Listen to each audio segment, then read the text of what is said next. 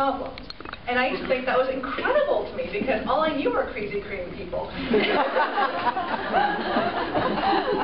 I mean, my girlfriend texted me, I talked about this earlier, it's like I feel like Koreans can be divided into three, like crazy, crazy, or craziest.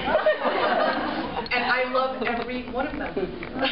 These are my people. I feel very possessive and proud of them. But I started to talk about it, and I remember I was on a program for NPR, and she said, I can't believe you mentioned that you see a shrink. And I thought, everybody I like and respect sees a shrink, so I don't have a problem with it. But going back to this whole word of dysfunctional, I guess I want to say is that, on a serious note, I feel that this world is incredibly broken. And I don't know how to fix it. But I do believe that individuals are broken. I feel like our spirits are breaking. And I think at this time in the world right now, we feel incredibly vulnerable. So unless we start talking about the brokenness and how to fix it, we're not going to get better. And obviously the microcosm is the individual, but then within that structure we have the family. So if each person is broken, I believe that the family is having a dynamic of brokenness, which is causing the bigger problem. So for me, I hope that transparency is, the beginning of the solution. I remember we were having a discussion 2 days back, and you mentioned growing up in rural Pennsylvania as a lone biracial child for miles around, and how that sort of led to feelings of alienation and questions of identity. So does that sort of inspire you when you write in terms of seeking out answers to, through fiction? Is that childhood experience very important to you? First, let me say what I forgot to say at the beginning, which is that I'm very grateful. You're awesome. I've had a great time this week seeing other events and doing my own events. And I've never been to Asia before this week, and my mother is Chinese, so it's I'm glad that I made it here finally in my life. And the festival and now the Asia Society today has made that possible for me. Gave me the opportunity to be here. So, and as well, speaking today with Manreet and Ming Jin and all the other people I've read with, it's been just great. But yeah, I mean, my writing is autobiographical. You say it's a fictionalization of things that happened to me, and I guess maybe that's a genre of writing that it might be an official category, I don't know.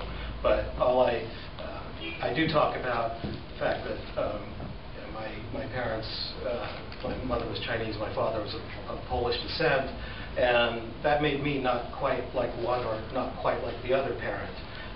So the question of identity has been something that I've been trying to answer all my life, because in my case, I guess in everyone's case, it's a unique thing. It's something you have to figure out for yourself.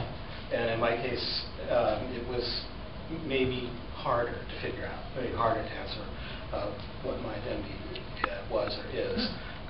And the writing might be a way to work through that issue. And you're right about the title means touched in the head. Touched is a rural slang term that I heard when I was growing up. I don't hear it so much now, and a lot of people actually don't know that word, and I have to explain it. But I heard it growing up in the country, and I just want to say everyone in this book is touched. It's not just one character. It's not just the narrator. It's everyone. Story behind it. Actually, I just told this earlier at the 12:30, so if you've heard this before, forgive me. But when asked, you should always answer. My friend worked at an investment bank, and he told me that after a deal closes, depending upon the department and depending on the kind of deal, after the event ends, you would get a free lunch. So if you had an Indian power plant, a debt issuance, and all of a sudden after the deal closes, you would have free Indian food.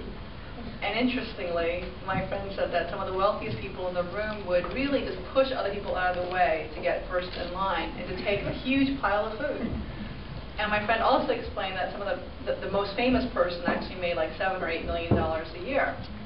And I grew up under fairly modest circumstances, and I thought that was extraordinary.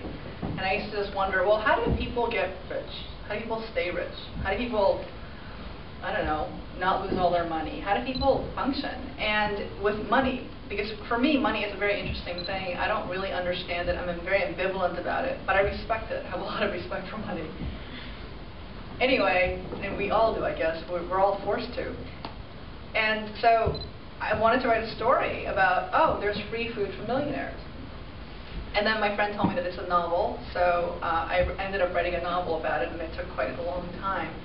But that's how the title began. But it also means metaphorically that I believe that we're all millionaires because each of us has individual gifts that nobody else has. And that the gift that we really have that we didn't earn is grace. And grace is defined as divine unmerited favor. And I was really interested in this whole notion of divine unmerited favor, the fact that somebody could be short or tall or smart or fast or hospitable or unkind or kind, and all these things can be seen in a way as gifts. So I wanted to make that argument, and hence I used James Baldwin's quotation as my epigram, that our crowns have been bought and paid for. All we have to do is wear them. And for me, what it really means that each of us actually possesses an extraordinary crown to which we could lay claim.